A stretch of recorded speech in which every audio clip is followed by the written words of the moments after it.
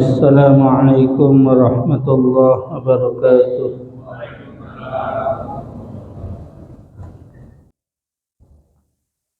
Bismillahirrahmanirrahim.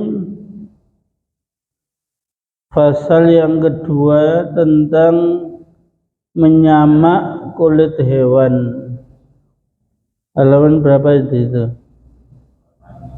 Halaman 8.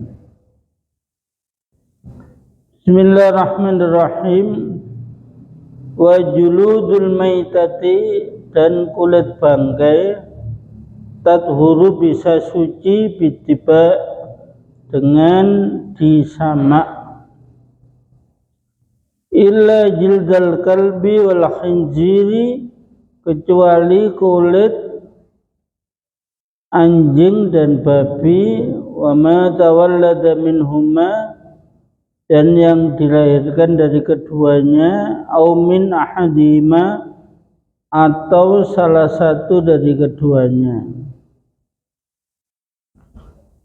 Wa azmul maitati wa sya'riha najisun, dan tulang bangkai serta rambutnya adalah najisun, najis, illal adamiyah, kecuali mayat manusia. Ini kajian ini memang tidak begitu terasa di negara kita, tapi waktu saya ngambil S2 di negara Sudan di Afrika itu, banyak orang sana itu pakai sepatu kulit ular. Bapak pernah pakai sepatu kulit ular?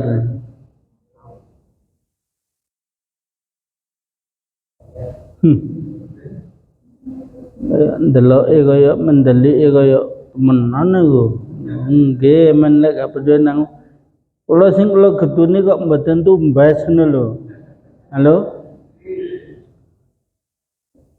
Pertama yang perlu kita bahas itu masalah bangkainya dulu ya. Bangkai itu hewan yang matinya tidak melalui sembelihan yang sah menurut agama, itu namanya bangkai. Lah bangkai itu bisa dari yang hewan suci. Hewan suci itu dibagi dua, ada yang halal dagingnya, ada yang tidak halal. Dan ada hewan yang najis. Hewan najis itu walaupun disembelih tetap gak sah, yaitu anjing dan babi. Tapi yang di luar dua hewan itu suci semua, Pak. Kayak sampean kesenggol kucing, katanya masjid kesenggol kucing, niku najis napa mboten? Kesenggol mentok kok disosor. Lek kesenggol anjing itu, kalau kulit kita tidak basah, anjingnya tidak basah, ya tidak najis, Pak.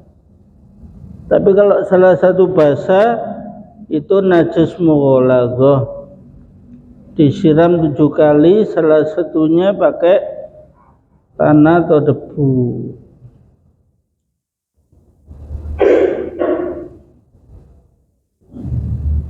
Tapi di luar anjing dan babi itu semuanya suci hewan itu, Pak.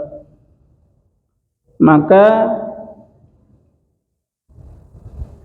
tas dari kulit kucing ya tidak apa-apa.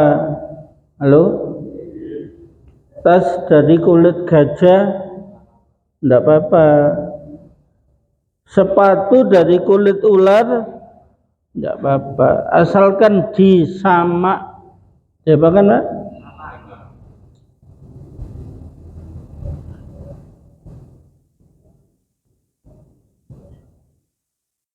Buaya ya suci, Pak. Tapi buaya itu matinya disembelih apa enggak?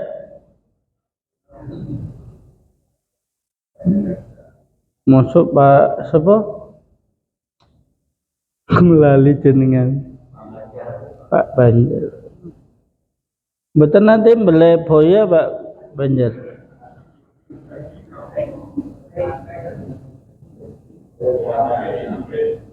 Buaya tidak disembelih biayanya. Berarti bangkai, tapi kulitnya masih bisa disamak Pak. Kalau disamak kulitnya saja loh ya bisa suci Pak.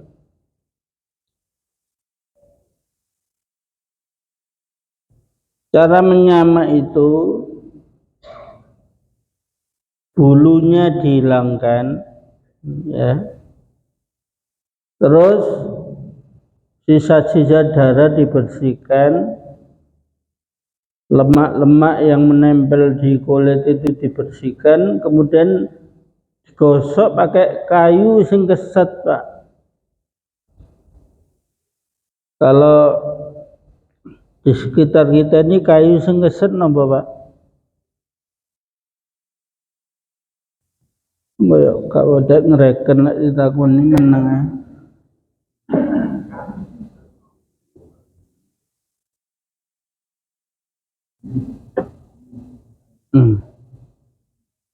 Ya kayu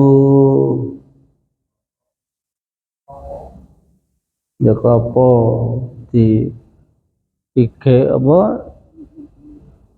digosok ojo dipasrang kok entek kulite digosok ya, kemudian dikeringkan kemudian disiram air lagi suci walaupun dari bangkai.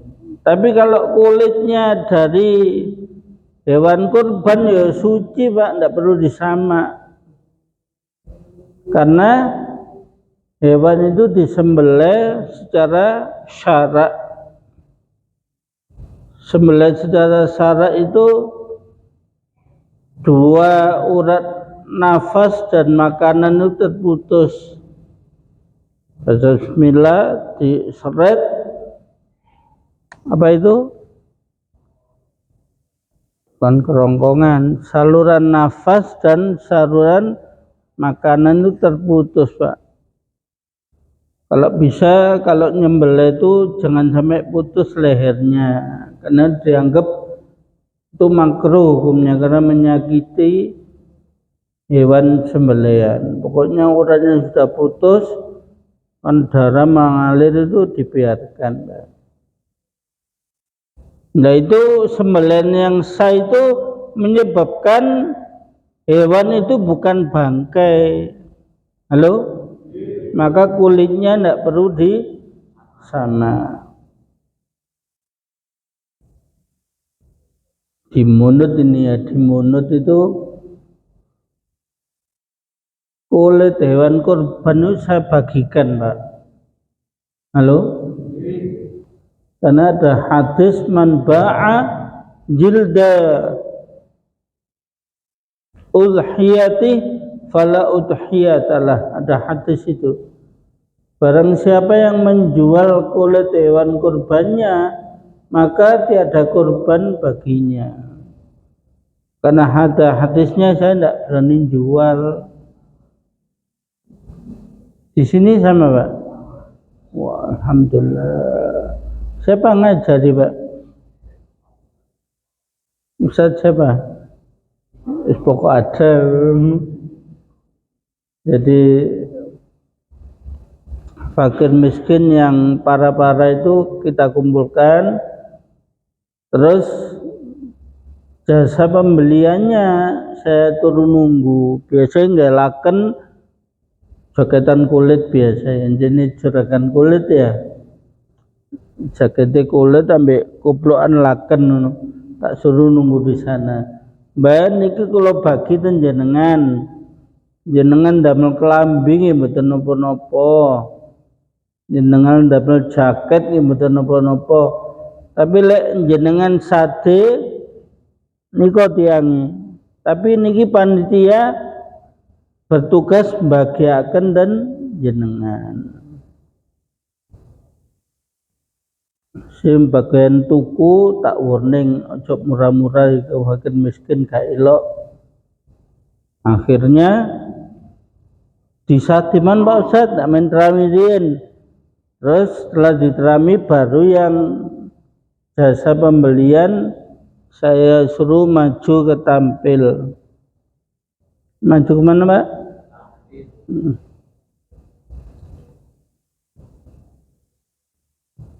Ya kalau yang korban aja ndak boleh menjual apalagi panitia gitu logika hukumnya enggak? Halo? Ini AC-nya dikecilkan ndak bisa Pak? Begerku koyo wadem. Di hawanya dinaikkan enggak Pak? Oh dimatikannya. Masjid sak Malang paling adem yo gini iki.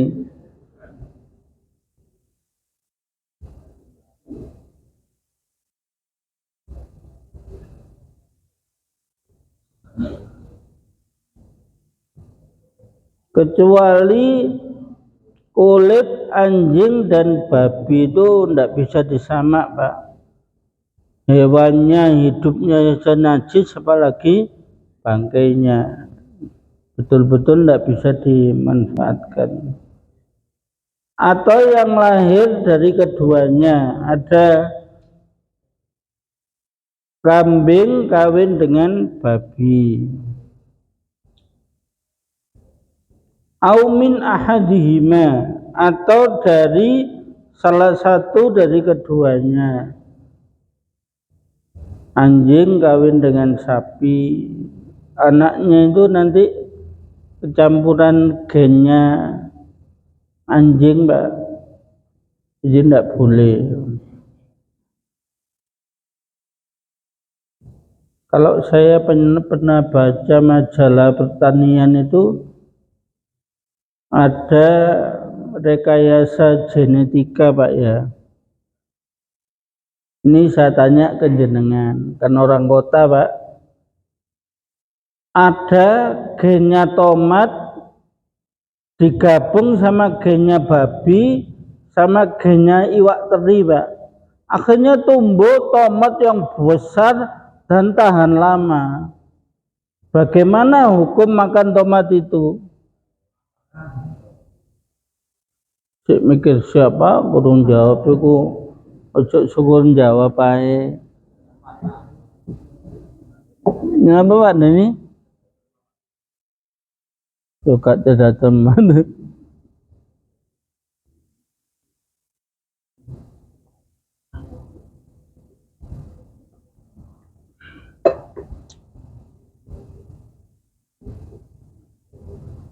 Gimana hukum makan tomat itu? Kok mendengar jadi tidak teman Bang. Ya haram, kita tidak boleh makan sesuatu yang ada unsur babinya, itu tidak boleh. Itu mas tomat biasa man. Tapi rekayasa genetika itu di luar negeri sana sangat maju, sehingga tanam padi itu bisa panen 3 kali dalam setahun. Indonesia ini tiap tahun mewisuda sarjana pertanian banyak kok, pertanian tidak maju-maju ya Pak ya. Ini kalau Pak dosen ini. Kenapa Pak?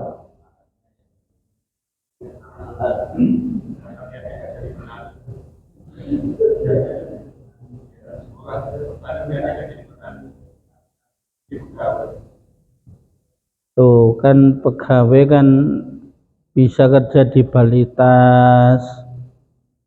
Saya sering ceramah di Balitas ya Pak. Mereka kadang-kadang ke daerah Blitar kemana penyuluhan pertanian.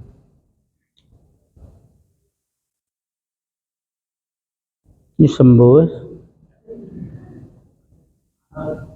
Wis mandut mawon nggih. Nggih presiden kuwabe lek ngomong yo apik-apik nggih.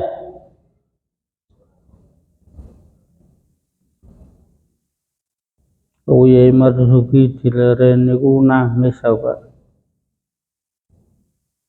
Sampeyan enggak dengar ada ketua PBNU dilereni. Niku jenengan mboten nangis Pak. Saya nangis itu karena saya tahu perjuangannya Marzuki itu di pondok gimana, di Malang gimana. Pengajian itu sampai Lampung, Sulawesi, Kalimantan sampai Papua sana. Orang pinter kayak ngono kok dilereni, aku nangis aku. Men mboten nangis, Pak. Bisa katamenes. Wa azmul maitati wa sya'ruha, dan tulang dari bangkai dan rambutnya najisun, semuanya najis, ilal adamiyah, kecuali jenazah manusia. Kalau yang manusia itu rambutnya tetap suci, kulitnya tetap suci, cuma harus dimandikan. Mandikan itu kan hadas besar Pak, bukan karena najisnya, bukan. Kemarin ada yang tanya gini, Ustaz, jenazah itu kan diwudukkan kan sunnah hukumnya. Oh iya, kalau setelah dikafani disentuh perempuan lain gimana? Apa batal itu wuduknya mayit itu? Gimana Pak jawabnya Pak?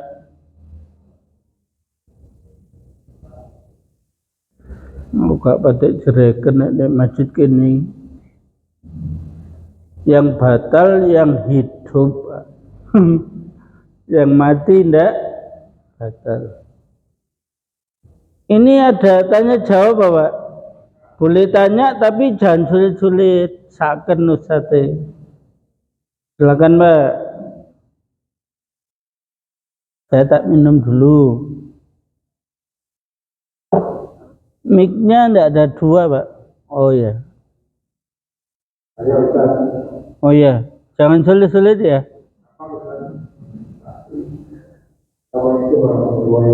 Waalaikumsalam. Itu misalnya relasi itu ditampung, sampai 50 juta. Pertanyaannya, apakah air ini termasuk air minum atau air yang tidak bisa dibuat dulu? Air apa? Apakah air asin yang ditampung itu, misalnya ada 50 liter, apakah itu bisa untuk dulu? Masuk air asin sampai 50 liter, Bu.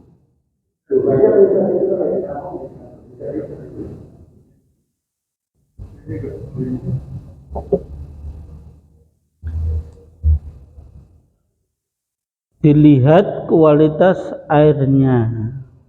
Kalau airnya masih bening, ya Pak, baunya, warnanya, rasanya tidak berubah, maka masih air mutlak.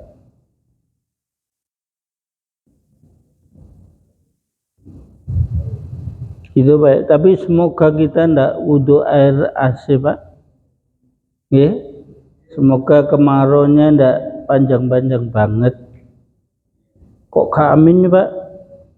Amin nono. Iya Pak G.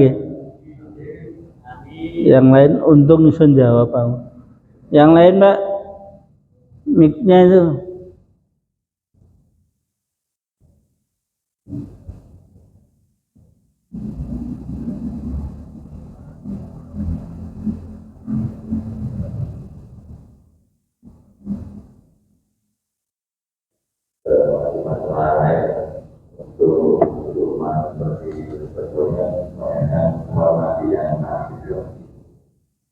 Kalau haknya itu kurang dari 2 bulan, kemudian kesatuan tidak gitu ya, pakai mati. Tapi airnya itu tidak sampai berubah warna, kemudian aromanya sudah berubah. Tapi kan tadi itu pakai, tapi kan ada yang kita mencucikannya bagaimana? Apa harus dikuras atau bisa diambil air sampai hampir itu sudah suci atau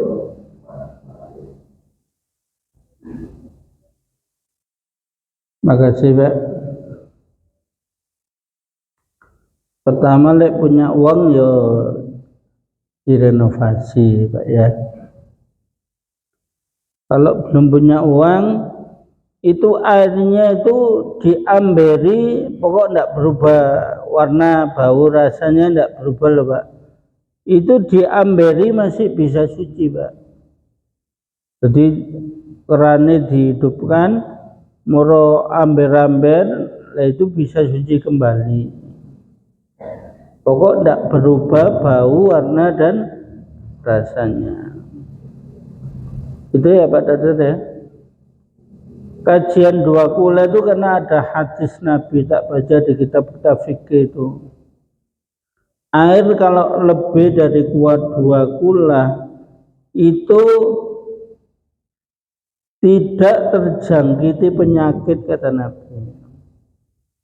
Jadi air itu banyak, kalau kemasukan apa-apa itu tidak signifikan Pak. Kalau air sedikit itu rentan kalau kemasukan apa-apa. Sehingga itu menginspirasi kajian fikih ada 2 kula dan kurang dari 2 kula. Gitu loh Pak Dokter. Le air sedikit tuh dikuras non Pak Dokter. Ya. Ya Pak. Mengi kutuk bab air kok takok air emang air AC ki aja cek. Ada yang tanya lagi Pak?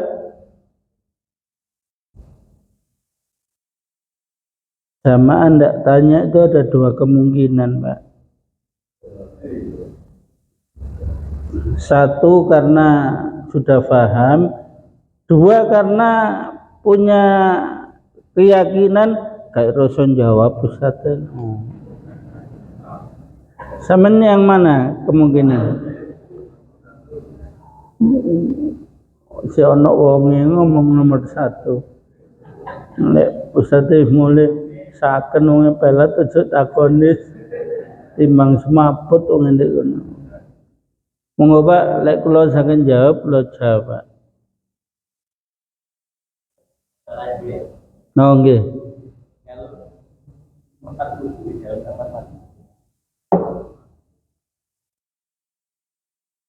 Yang lengkap Pak tanyanya. kalau untuk di dalam mati atau sebaiknya kan wudhu itu di luar dalam mati.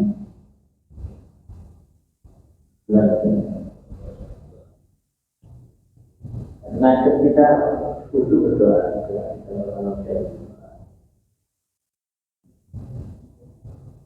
Kalau terkait afdoliyah ya, itu sebenarnya tempat buang air itu beda dengan tempat wudhu Pak. Kan kadang-kadang di kamar mandi itu ada tempat buang air ya Pak. Bahasa desanya kloset ya Pak. Kok bahasa desanya, bahasa kotanya. Itu kalau bisa tempat wudhunya di luar jeding itu kalau bisa. Kalau tidak bisa ya doanya dalam hati aja. Ya. Wong cedek MCK kok bismillah dibuanterno ya gak pantes. Dalam hati aja Pak ya.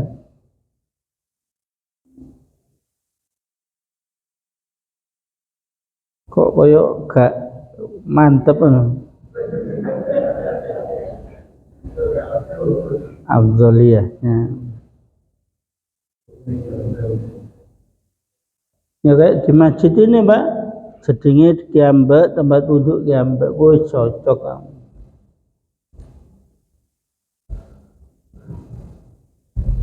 Sudah kok ndelok anu kaya gak lega ngono. Lah aku kudu njapi apa?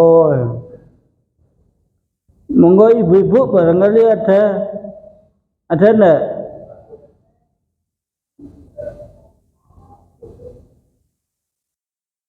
Mbok takok situk-situk Bu, cek seneng Ustaz.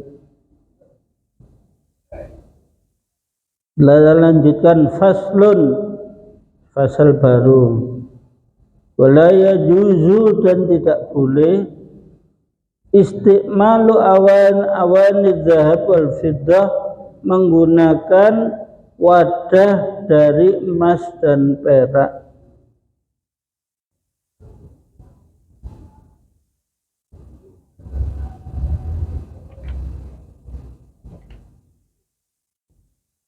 Wa yajuzu dan boleh istimalu ghairihima minal awani menggunakan wadah selain dari emas dan perak.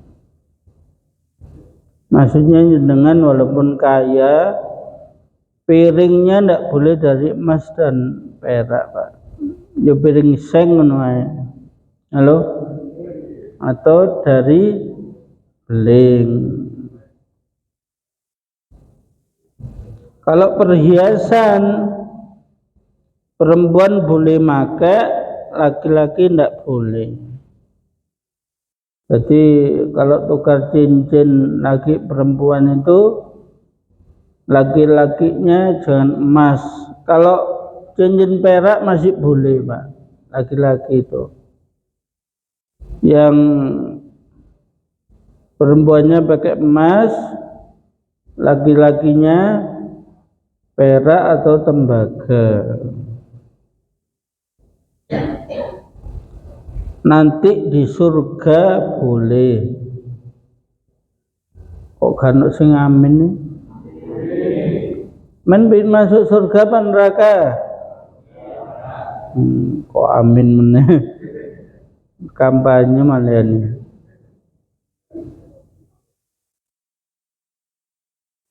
Di surga itu gelas dan piring itu dari emas perak.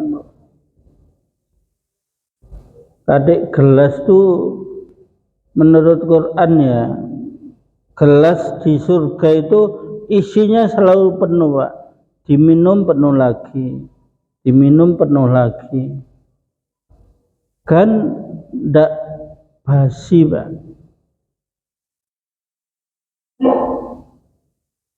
Buah-buahan di surga itu bentuknya ada yang mirip dengan buah-buahan di dunia, tapi rasanya beda Pak. Kalau di dunia ini rahmat Allah satu, didum sak dunya, di surga 99 rahmat Allah ditumplak di surga semua. Berarti buah-buahan surga itu 99 kali lebih nikmat dari buah-buahan di dunia. Saya minum jus jeruk di Sudan Pak. Saya baru merasakan jeruk senikmat itu ya di Sudan Pak. Aku balik tuku jus jeruk ini warung enak Pak.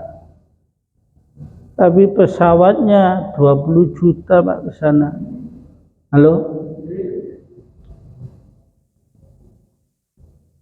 Nah, sana di embargo Amerika.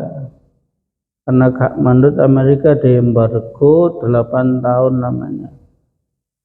Waktu 2006 saya ke sana itu embargo itu mau ditarik. George Bush sama Tony Blair itu berkunjung ke Khartoum Pak. Karena minyaknya Saudi itu mau habis, Sing minyake woto iku Sudan, Pak. Akhirnya George Bush sama Tony Blair ke sana. Presiden Sudan tidak mau melakukan hubungan diplomatik, itu tidak mau. Yang berani ngeksplor minyaknya Sudan itu hanya dua negara, Pak. Cina dan Malaysia. Sehingga waktu saya ke Sudan itu setiap bis umum mesti ada lampionnya, Pak. Saya tanyakan kenapa kok ini bentuk terima kasih orang sini ke Cina. Aku ndek kono dikira wong Cina, Pak. Halo? Kok persis? Rodok genyek masih. Antar sini lah anak Indonesia. Nah, di Sudan itu orang Arab itu ada yang Arab Afrika, orangnya hitam-hitam itu, ono sing putih, Pak. Namanya Arab Halabi itu. Lah, menurut orang hitam, orang putih itu jelek. Lah itu loh. Jadi lek ireng ya rabi padha irenge, gak gelem ireng labi putih ku jadi elek, Mak. Nah, waktu di Arab Halab itu komunitas perempuannya lebih banyak dari laki. Sering Arab Halabi yang perempuan itu minta tolong ke ibu duta besar agar dicarikan jodoh. Sebagian ya menikah dengan Halabi itu. Mulai di Indonesia ke artis-artis, Pak. Tapi menurut orang sana jelek. Nah, saya ke sana itu di bis itu ada Arab Halabi itu perempuan, Pak, nyapa saya, waduh, mau ketok-ketokan ibu ya aku ndek kono. Bisa aku ndak mudun wedi ya. Halo?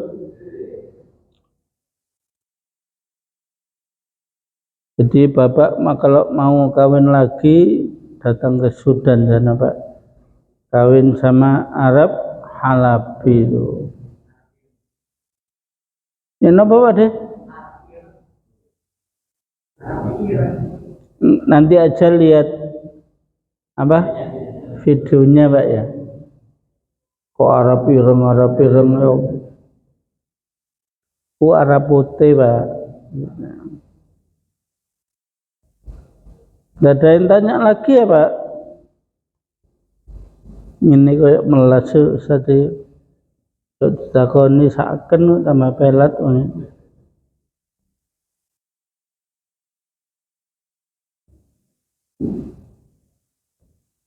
Faslun fasal aswasiwaku dan siwak mustahabun disunahkan fi kulli halin di semua keadaan illa ba'da zawal lisaim kecuali setelah lengsere matahari setelah zuhur itu bagi orang yang berpuasa. Wa huwa fi salasati mawadi'a di tiga keadaan asyaddu istihbaban sunnahnya lebih dianjurkan. Satu, inda taghayyuril fami ketika berubahnya aroma mulut min azmin wa ghairi. Azmin itu apa, Pak, di situ artinya? Karena bau dan selainnya. Wa indal qiyam minan naum setelah bangun dari tidur, wa indal qiyam ila shalah ketika akan mendirikan sholat.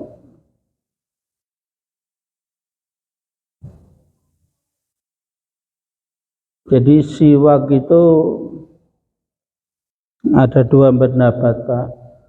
Satu, walaupun sudah sikat gigi tetap sunnah siwak. Tapi yang tidak terbiasa siwakan, kalau mau sholat sikat gigi itu sudah cukup. Yang penting sudah bersih giginya. Pak D tadi setelah makan sikat gigi apa enggak?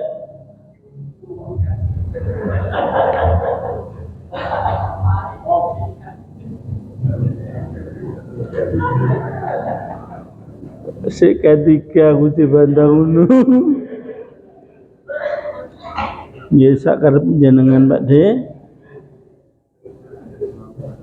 Bahkan orang yang sholat giginya bersih bagi yang punya itu 70 kali lebih mulia dari orang sholat tidak sikat gigi.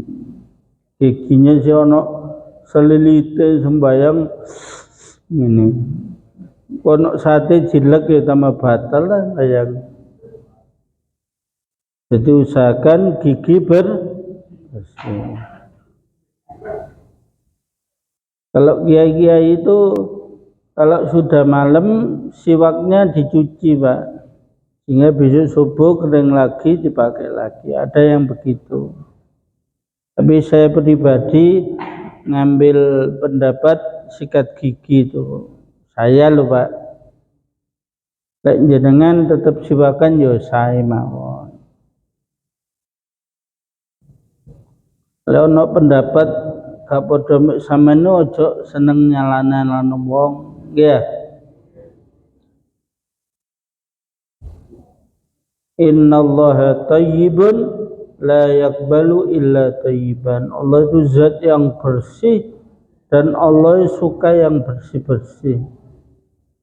Innallaha jamilun yuhibbul jamal. Allah itu zat yang indah, dia suka sesuatu yang indah. Enggak usah kalau sholat itu pakai baju yang baik.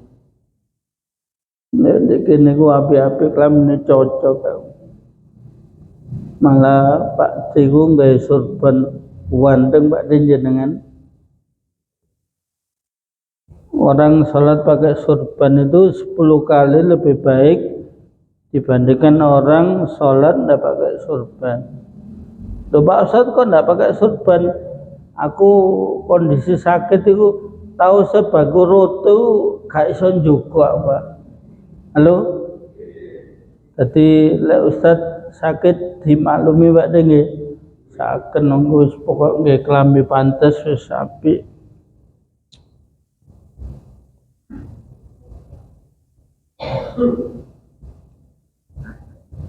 Lah setelah zuhur itu tidak disunahkan sampai maghrib Pak. Ini pertanyaan jamaah yang pertemuan sebelumnya itu. Saya baca kenapa mazhab Syafi'i terutama ya.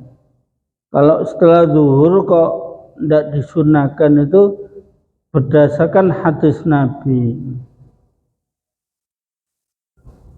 Wallahi la hulufu fami sha'im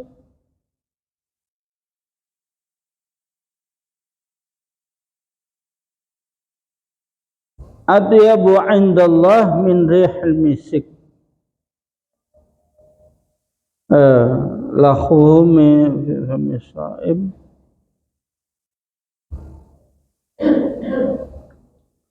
pokoknya aroma bau mulut. Ada kata ketika masuk waktu sore. Lah, itu di mazhab Syafi'i ketika masuk sore itu dihitung setelah zuhur itu, Pak. Itu di hadapan Allah lebih wangi daripada minyak misik. Itu hadisnya sahih, Pak. Itu menurut Allah, menurut manusia ya apa wong poso pancet kotak-kotak. Itu maksudnya begini loh, kalau soal aroma mulut aja itu dihargai Allah orang puasa itu.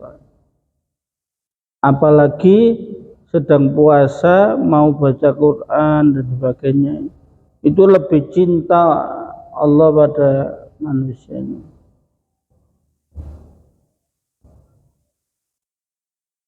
Dulu ada seseorang tanya pada Nabi, ya, Nabi, Lailatul Qadar itu apa sih hakikatnya? Itu Nabi menyatakan, kalau kamu punya karyawan yang patuh padamu, kamu mau ndak menaikkan gaji karyawanmu itu? Nggih, purun mawon kanjeng. Ya begitu juga Allah itu. Lihat orang mukmin berpuasa itu kan Allah seneng apa?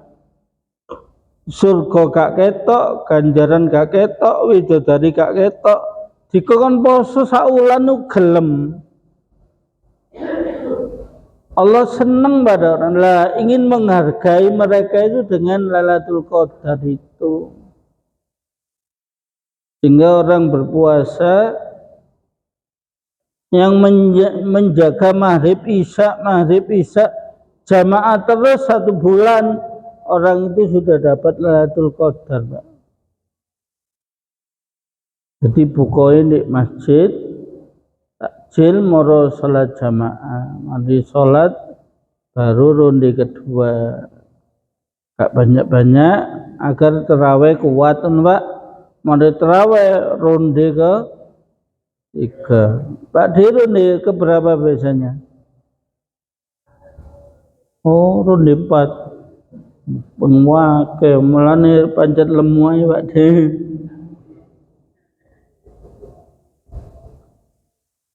Nanti pertemuan selanjutnya kita bahas fardu-fardunya wudhu. Itu ada 6. Kita kaji satu-satu nanti. Membasuh muka itu batas-batas muka mana saja. Itu pertemuan selanjutnya. Oh. Tadi disampaikan orang yang sholat atau sholat 10 kali lebih baik pada saat sholat atau pada mau sholat, karena sering kita jumpai orang yang mengucapkan itu sholat di bawah sholat. Apakah itu juga termasuk 10 kali baik? Kalau surban ditaruh bawah itu kan fungsinya untuk menunjukkan batas tempat sholat. Nah, bisa nak garising ini, gak usah dari surban. Kan ini batasnya jelas, ah. Nah, lebih baik surbannya dipakai aja. Nggih. Kok manduke koyo gak mantep ya.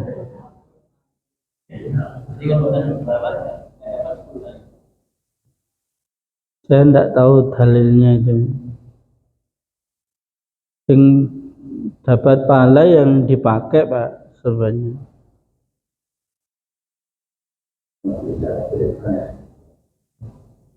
Terakhir lo bisa azan jalan. Terakhir.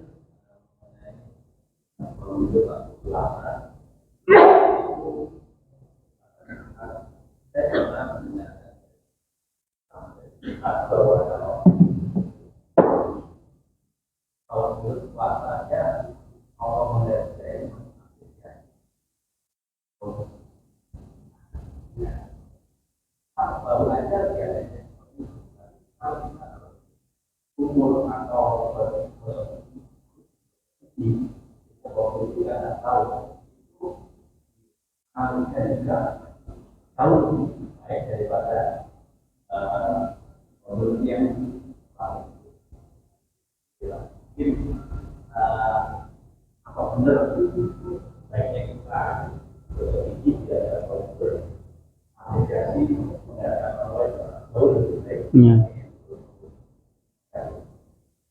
Kalau saya pribadi Pak, gosok gigi itu sebelum subuh Pak. Halo?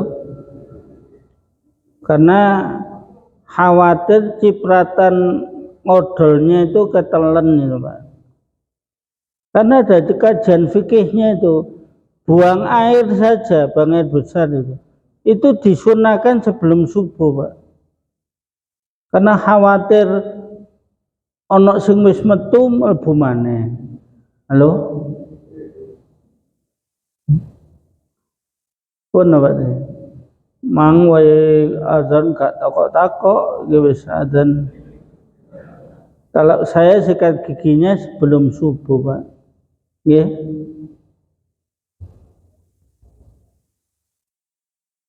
Jadi perspektifnya itu kalau banyak berkumur sikat gigi itu khawatir ada air yang ketelan membatalkan puasa, teman.